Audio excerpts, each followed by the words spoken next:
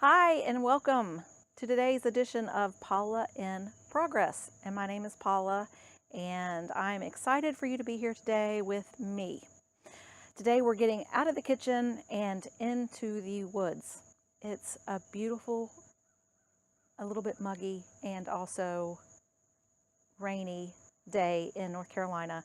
But the rain is good when it comes to mushrooms because mushrooms love rain. And so we've had a lot of rain yesterday and today. And so in a few days, it'll be perfect timing to go out and look for some mushrooms. And so today what I thought I'd do is talk to you about 5 steps you need to take to start mushroom hunting. I've had a lot of my friends ask me, how to get started in mushroom hunting. And a lot of people are scared but want to go mushroom hunting, and it isn't scary. You do have to be safe, and that's what I want to talk to you about today. 5 things that you need to do to get started mushroom hunting that ensures that what you're doing is safe and also fun, because it's never fun when you get sick. Let's get started. And I think it's thundering. All right, number 1 is you want to take a class. So what I did is I found a class online. I think it came across my Facebook feed, and it was only a 2-hour class, but that's a really good way just to get a really good foundation of the basics of mushroom hunting. And one of the things that I learned about mushroom hunting in that class was you don't have to know it all, because that was one of the things that I was concerned about. You don't have to know it all. So that's actually step number 2, is that you don't have to know it all. You can start slow. What I did was learn 4 to 5 mushrooms to begin with, and then I just built from there. I've been mushroom hunting for about 5 years now, and I'm always learning new mushrooms to me. So definitely that's the other thing that I would do. Number 3 would be to get a couple of books.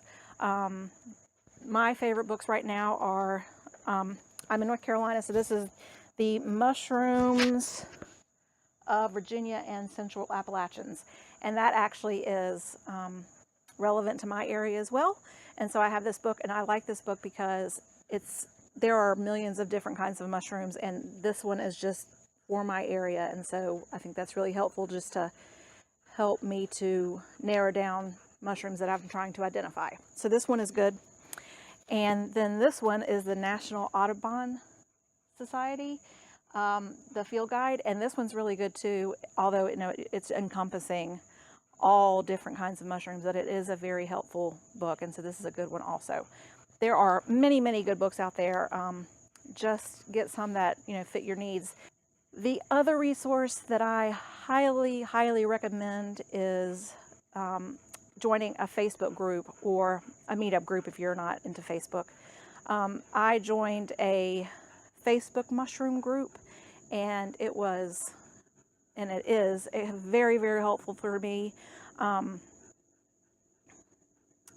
I use it to for information, to look for different kinds of mushrooms. I use it like when people start posting a lot of pictures of a certain kind of mushrooms, and I know that's a signal for me to go out and look for that kind of mushroom.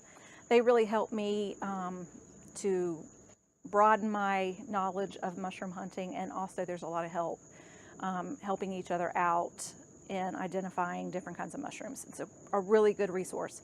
What I would suggest to you is find one that is in your area. So I belong to the North Carolina Mushroom Group on Facebook, and it is by far the best mushroom group I found for my area. There's some really big mushroom groups for people all over the world, and those can sometimes not be very helpful because people kind of get antsy and irritable and just not helpful. So I would find one that's a smaller group. So that is number 3. Step number 4 is to learn how to read spore prints and make spore prints.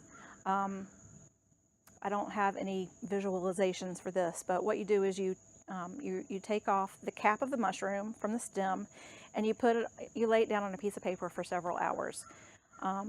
And when you pull up the mushroom cap, there's going to be a pattern that is actually produced by the spores that come down to make other little mushrooms. The birds and the bees of mushrooms. And that also helps you identify them because every mushroom has a certain color of spore print that they make. So that is definitely key to safely identifying the mushrooms that you find. Step number 5 for learning how to identify mushrooms is to always have another person back up the mushroom identification that you have when you're identifying a mushroom for the first time. This is very, very important. I think it is. I always use it. I actually have 3 ways that I identify a mushroom before I ever eat them, but that will be another time and point. But one of those is to make sure that I have another human being that I respect, that I know knows more about this particular mushroom than I do. I ask them for a second opinion if this is the correct ID. So those are my 5 steps. Just to recap, number 1 step is to take a class. Number 2 is to start with just 4 or 5 mushrooms and then grow from there. Number 3 is to gather your resources. Number 4 is to learn how to make spore prints. And number 5 is to have an expert ID, have a backup ID for you. So those are my 5 steps to start mushroom hunting. Now for a little extra today in our video, I'm going to talk about, or I'm going to suggest to you 5 different mushrooms that you could start looking for. Now, it's the summertime, it's in the middle of July in North Carolina, and it's a really good time to look for mushrooms.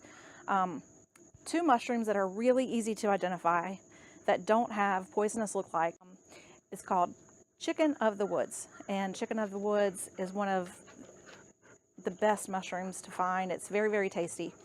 And they're very easy to identify. They grow on the ground. They also can grow on trees. And they're very colorful. Some bright oranges and some yellows in them. So that's the first one. The second one that you can look for right now is the cauliflower mushroom. And these grow on the ground, usually very near a tree, at the base of the tree. And they look kind of like cauliflower. I think they kind of look like a big bunch of noodles, or maybe even like human brains. So those are 2 mushrooms that you can find right now. Cauliflower are a little bit hard to find. They're kind of a little bit more rare than the chicken of the woods, but they're easily identifiable too, and they don't have any poisonous lookalikes.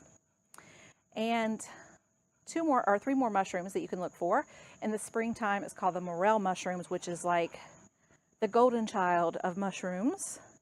I unfortunately have never found any, but they are highly prized and supposedly highly delicious. And those are the first ones that come out in the spring. So if you're watching this in the springtime, go out and find some morel mushrooms. And then finally, the last 2 that come around in the fall is called hen of the woods, or Maitake mushrooms. And those grow on the base of usually oak trees. And so those are pretty easy to find. They like oak trees, and so if you especially like old oak trees, I encourage you to go out and look for those. And then the last one, another really easy one to identify, is called lion's mane mushroom. And those grow on trees, usually oak trees. I find them a lot on willow oak trees. A lot of times like in like knobs, little like where stumps have been, or where branches have been cut off, or there's like a big hole in the tree. That's a really good place to look for lion's mane mushrooms. And also a lot of times they're higher up in the tree. So you can even see them like when you're driving down the road, which I've done before. I found them on the side of the road and just stopped and gathered them up. So those are 5 different mushrooms that you can look for. And those, the lion's mane and the Maitake mushrooms, those are found in the fall. So if you're watching this in the fall, go out and look for them. And just remember that I am not an expert.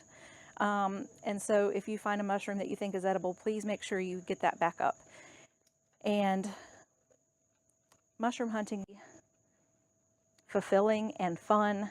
I know for me, it's a great source of peace and calm. When I'm feeling stressed out, I go out in the woods and look for mushrooms, especially with my dog, Leo. So I hope you go out there and give it a try, and I'd love to hear in the comments what kind of mushrooms you found. Thank you so much for joining me today. If you like this video, please like and subscribe and give it a big thumbs up and share with your friends. I will see you next week. Bye.